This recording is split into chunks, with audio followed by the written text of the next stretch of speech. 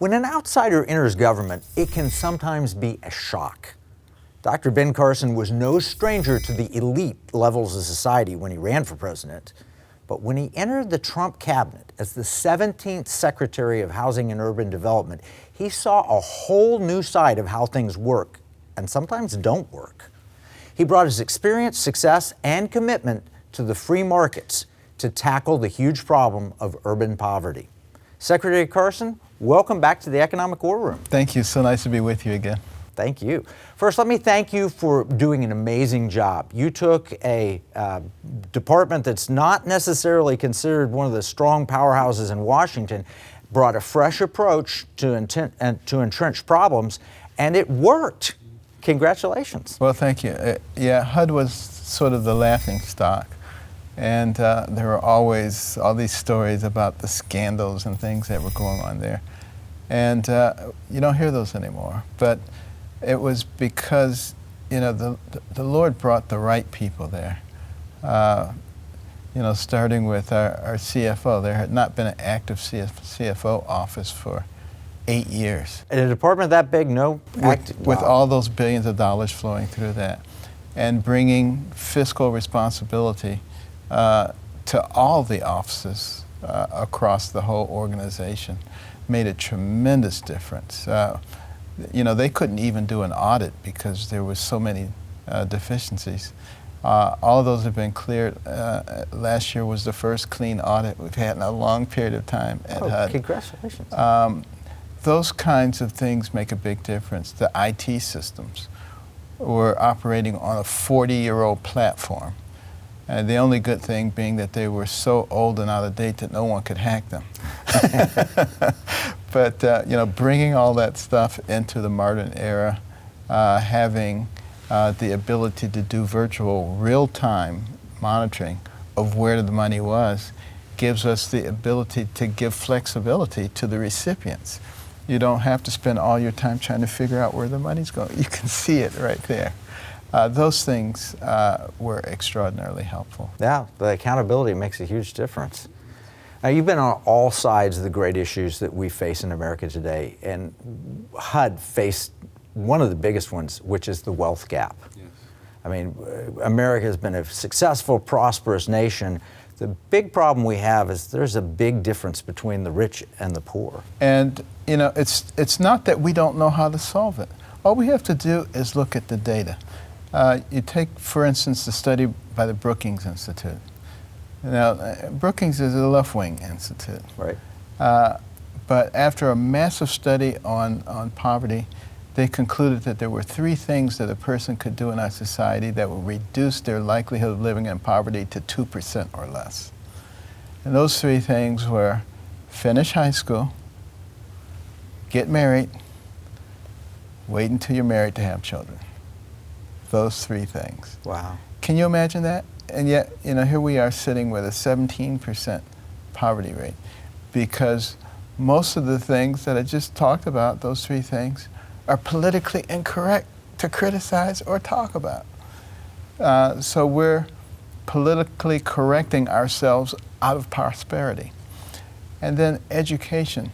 You know, the one thing about our society, it doesn't matter where you came from.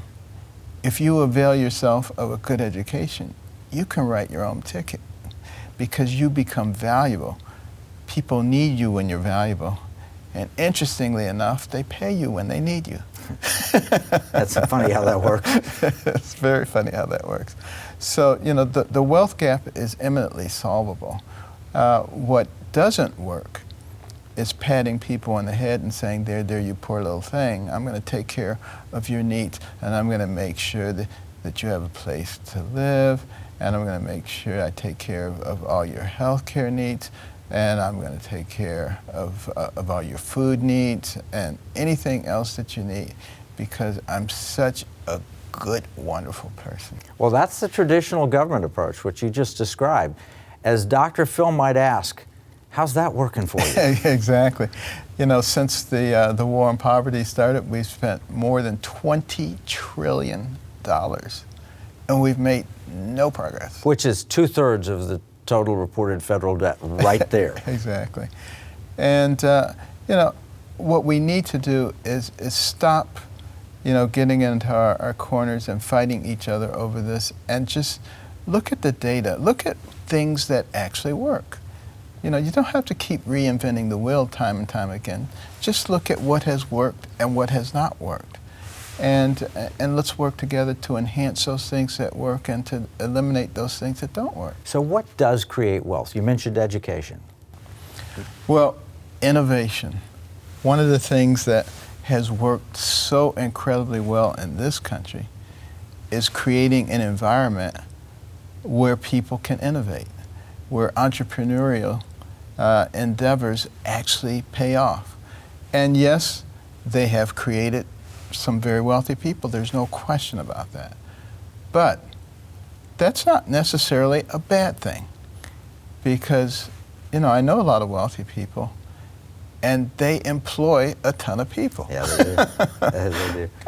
So, you know, people don't like the term trickle down, but the fact of the matter is, you know, wealth generates more wealth, and the way it generates that is through economic building, economic opportunity for more and more people. So President Reagan asked a question, is government the solution or is it the problem? It can be a solution, and it can be a problem, depending on how it's used. You know, you look back at our foundings, and our government was there to help people experience life, liberty, and the pursuit of happiness. Now, if it sticks to that, we're golden. We're in Fat City. But when it starts going beyond that, and it's, you know, micromanaging. You know, as Ronald Reagan said, as government grows, your freedoms decrease. You know, it's sort of like an accordion. It's a natural phenomenon. Well, I know this Biden infrastructure plan, they did an analysis using Washington Post data, and they said that it says Biden's American Jobs Plan could cost taxpayers about $666,000 per job created. That doesn't sound like a good solution. Well, none of the solutions that are proposed by the radical left really make a lot of economic sense. But realize their goal is not economic sense. Their goal is control. No, their goal is power. And so, you know, don't try to fit it into an economic model. Okay, we've come to a break, so we're going to take a break now. When we come back, let's talk solutions.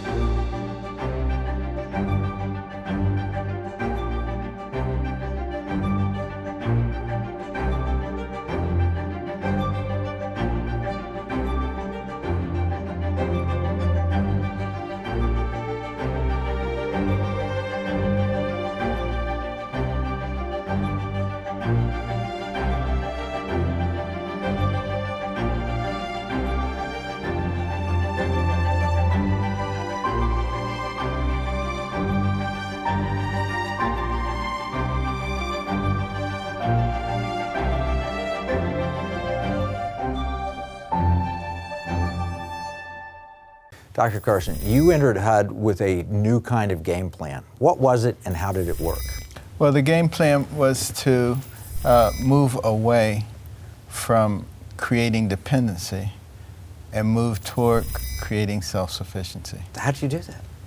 Well, you know, you try to incentivize people to actually work. Right now, you have a system, for instance, whereby if you're getting subsidies for your housing and you make more money, you have to report that so that your rent can go up.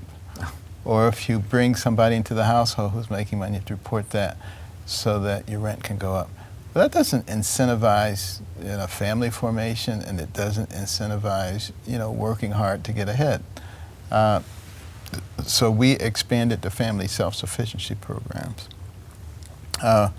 which kind of eliminated some of those penalties, we also created a program to give more flexibility to landlords and owners in terms of how monies were used so that they could come up with innovative ways of obliterating some of those disincentives. So, it's a long process because those things have been really in place for a long period of time. And, we got started on it. We're making progress on it. We're going to have to take at least a 4-year pause right now, I think. Oh, unfortunately. But hopefully we'll be able to get back to it soon, empowering people, giving them the ability to accelerate in this society.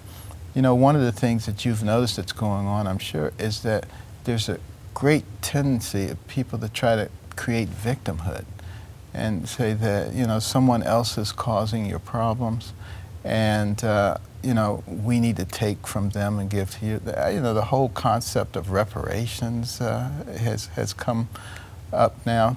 How does that make any sense?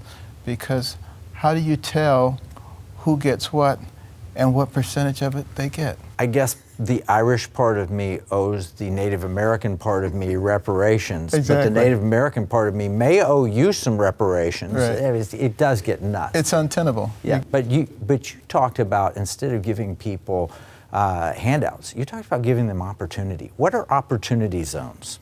Well, opportunity zones were created as part of the 2017 Tax Cut and Opportunity Program, in which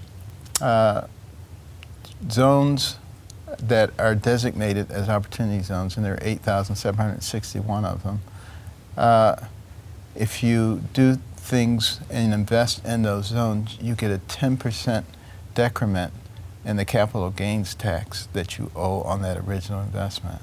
That sounds like a free market solution to an intractable problem. It's a very good free market solution. If you leave that in for 5 years, you get a 10%. 7 years, you get 15%. 10 years, you don't have to pay any capital gains on the new money that was realized as a result of that investment. And there were those who said, that's not fair. It's just a way of making rich people richer. And that's all it is. It's a scheme. But here's the news flash. Rich people are going to get richer anyway. They're going to invest their money somewhere anyway. So if you can incentivize them to invest that money in the areas that are economically neglected, right, instead of where they would have invested it anyway, that's a win-win situation. It's a Wall Street axiom. Money goes where it's best treated. Exactly. And look what's happened as a result of that. Look how many jobs have been created as a result of that. It doesn't cost $666,000 a job. Exactly. And what's really interesting is it was expected that $100 billion would be invested in opportunity zones over a 10-year period. $75 billion was invested in just the first 2 years. Wow. That's amazing. Well, I think private investors have a role there, and we talk to private investors all the time and tell them, hey, look, this is a good economic. You can do good and get good returns. Right. No question about it. That's what America is. That's how America rose so quickly, because people were incentivized to do things. And again, I have no problem with people being able to make money. I grew up in dire poverty, and I don't have any financial issues anymore because of a system that allowed that to happen. Well, give me an example of what a project might be in an opportunity zone, where people have invested. Well, let's take St. Louis. There was an old abandoned foundry there, and the whole area around there was decimated. And it was in an opportunity zone, so they decided to go in and restore that, create a grocery store in the area, entertainment area, workforce housing. The whole area just blossomed. Sure. And then everything around it started blossoming. And what was really great is when I went there to visit, the governor was a Republican, the mayor was a Democrat, some congressmen and senators, different parties, but they were all reveling in this. They were all together. They were all so proud of what was going on. That's your community concept. Exactly. From American Cornerstone. Exactly. And that's what we need to be thinking about. That's what we can do if we put aside all this animosity and work together. It's really for all of our benefit. Absolutely. So we want to train advisors, financial advisors, to help clients invest in things like this. And I'm hoping you'll continue to work with us so we can put people, we want to make a difference. And we think that if people see money as a means, as an end in itself, and we see it as a means to an end. It's a weapon that can be used to develop a strong future. Right. We don't ever want to love money. The love of money is the root of all evil. But if we use money effectively to help others, there is no feeling that is better. I can tell you, having worked a long time as a pediatric neurosurgeon, there is no feeling that is better than helping somebody back to hope and health. Do you think the Biden administration is going to let us keep going with the opportunity zones? They're in law. Do you think they'll be able to take them out of the law, or will it continue? Well, I think they really won't have much choice. That's good. Quite frankly, because the numbers are out. The statistics are out. 11% decrease in poverty.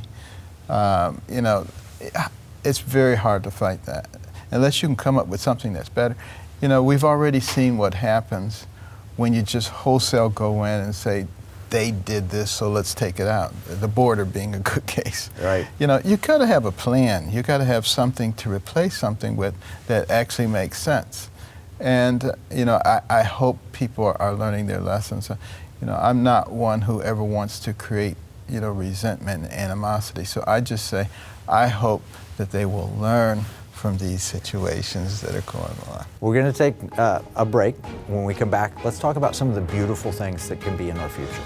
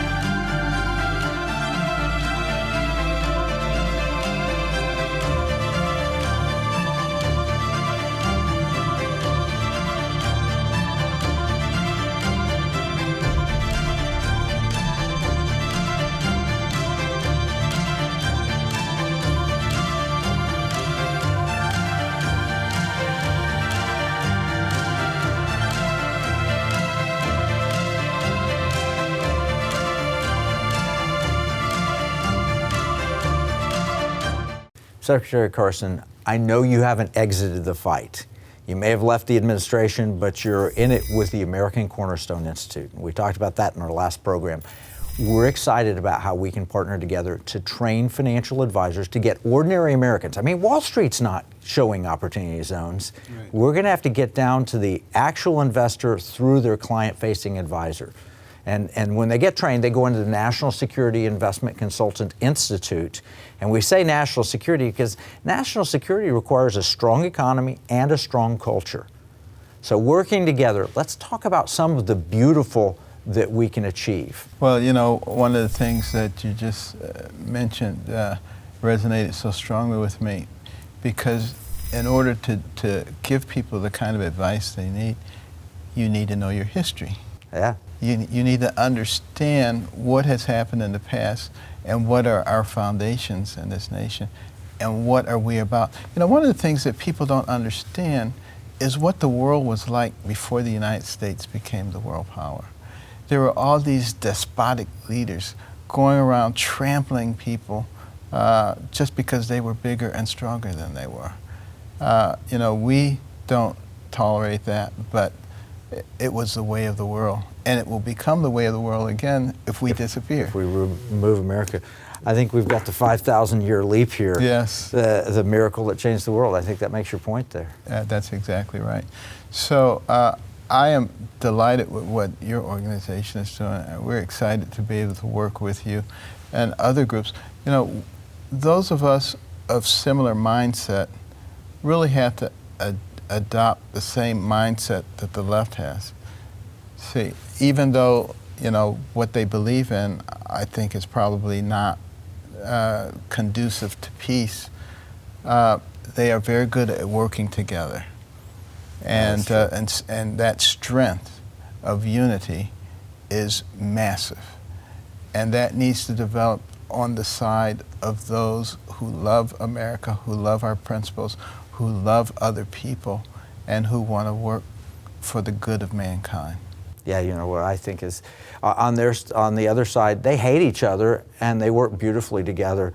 And on our side, we love each other and we sometimes don't work so well together. Well, we have a lot of people, they like to call them rhinos or what have you, but what they really are people who put their own personal agenda ahead of the big picture. See, right now, we are fighting for the maintenance of freedom in this country and to fighting against socialism and communism.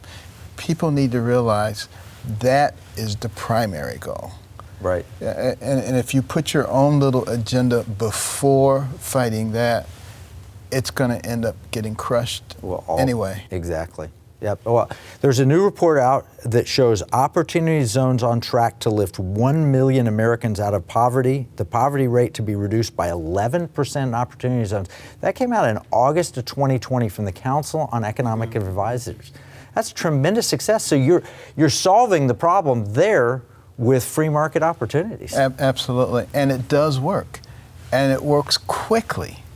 When I was running for president, I kept making the point, if we can get some of these onerous regulations out of the way and reduce taxation, we will create an environment that's conducive to economic growth. Well, that's exactly what happened. I said it's not going to take very long, and it didn't take very long. But we can kill it pretty quickly, too, if we do exactly the wrong thing. That's what Biden's talking about, raising taxes and increasing regulations. Exactly. And unfortunately, there's going to be a price to pay for that. Yeah.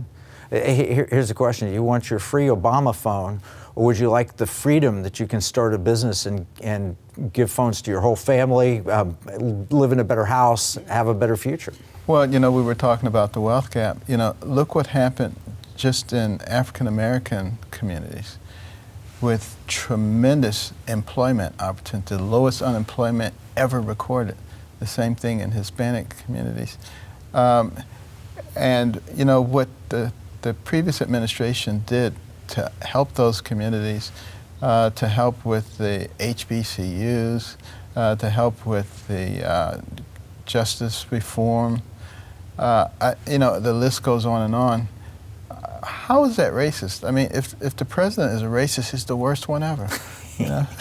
It just doesn't make any sense. And yet you have a media that glums onto this narrative, says, I don't care what it is, it's racist. The whole society is racist. Little babies are racist. Dogs are racist. I mean, trees are racist. It's just crazy. Yeah. And people actually buy into it. We have to start using our brains. They're not being fed anything else.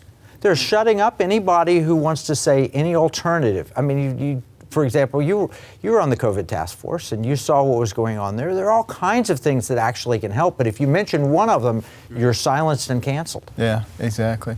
And that's freedom of speech. Is so vitally important. Freedom of thought. That is essentially what America is and what we were and what we must be, and we have to fight to maintain that. And people need to realize that you cannot be the land of the free if you're not the home of the brave. Well, that's good. Say that again. Cannot be the land of the free if you're not the home of the brave. Well, we've got to be brave. We've got to stand up. We've got to help people to learn the history, train young people, weaponize their money, take free market choices, all the things that you're talking about at the American Cornerstone Institute. And love each other. And love each other. That's fantastic. Those are the cornerstones. All right, so I appreciate, we're going to do that. We're going to take everything that you're talking about here and we're going to really promote ACI, because I think it is one of the true shining beacons for our society going forward. It's a place we can turn knowing that the current administration is trying to take us the opposite, trying to hide from us the truth, trying to keep people in dependency, trying to make those who've succeeded look evil for their success. Exactly. All those things, and you're standing against it. You're living proof that that's a lie. And we have to show people that, and not engage in propaganda, not engage in revenge, but be loving, kind-hearted Christian people. Speaking the truth in love, just like Ephesians tells us. Exactly. Traditional biblical principle here. You got it. Well, thank you, Secretary Carson, for a job well done and a new effort that's going to make an incredible difference. We look forward to working with you. All right. Now, we're going to provide the closing notes and the links to the Opportunity Zone information. And this is where you're going to need a financial advisor. You need help if you're going to find these opportunity zones, find the right ideas, the right investment opportunities.